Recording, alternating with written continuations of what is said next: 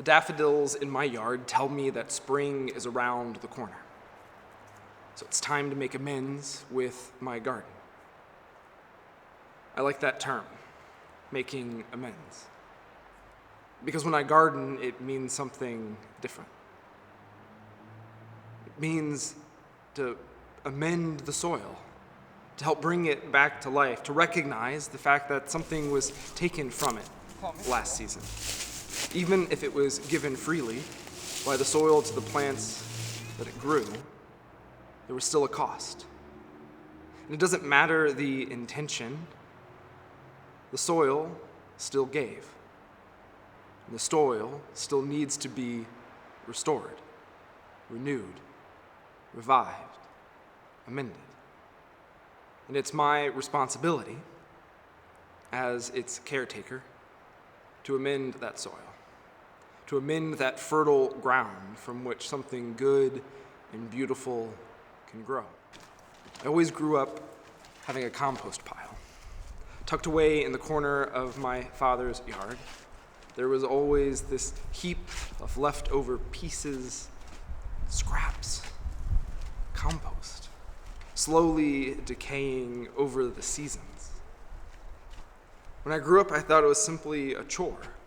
It was a place to throw the leftover apples that fell from our apple tree, or from the scraps from our kitchen, or from the leaves that fell in the fall. But every spring, my father would pull it out, rake it into his garden bed. And year after year, that garden would produce wonderful vegetables. And so as I got older, not wanting to throw away my kitchen scraps and having access to a yard, I would always do the same. I would keep a compost pile. And this year, as the winter thaws my compost, it's time to start turning it, awakening the microorganisms in the depth to feast on the bits of food that have accumulated over the winter. Soon I will be able to harvest their gift and pass it along to my garden, replenishing my garden in the soil with the nutrients it needs for the growing season. It is a cycle of reciprocity and growth, of death and of new life. This Lent, we will be following a Lenten Series named Everything in Between. It was developed by A Sanctified Art, and you can find more information about them at sanctifiedart.org.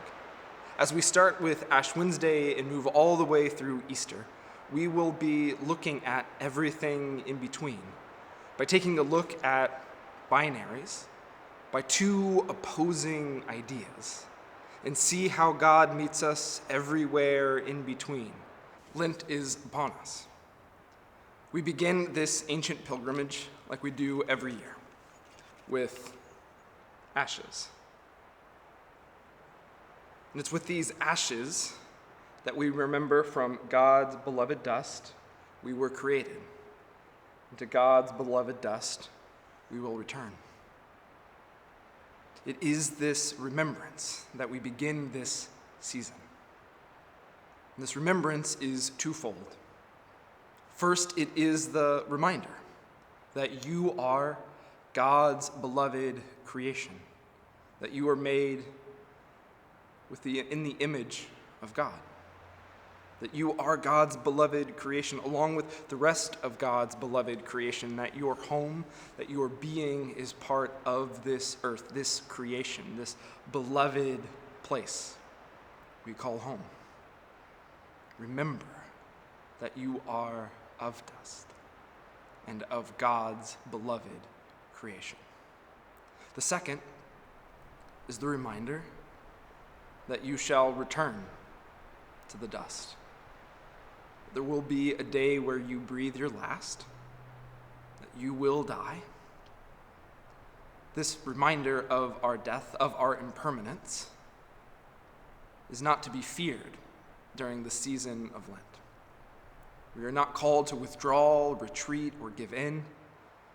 We are not to despair that one day we too will die.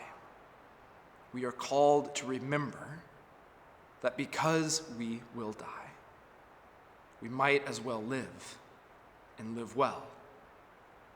And that this reminder that we are God's beloved dust and that we can recognize death and choose to live anyway. We live with love and with hope, with peace and with justice, breaking every chain, undoing the yoke of oppression, living in beloved community with one another. It is our hope. It is my hope that during this season of Lent,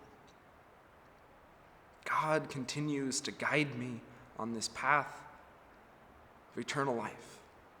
Not what might happen one day when I die, but that I might have and experience the fullness of this life here and now. So remember, you are God's beloved dust, and to God's beloved dust you shall return.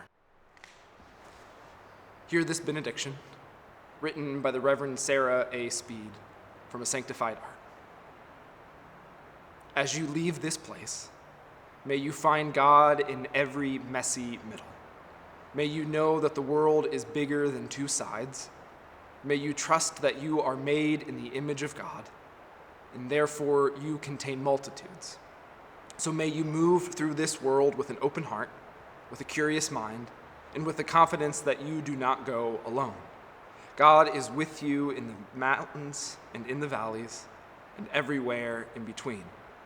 Believe that good news and go in peace.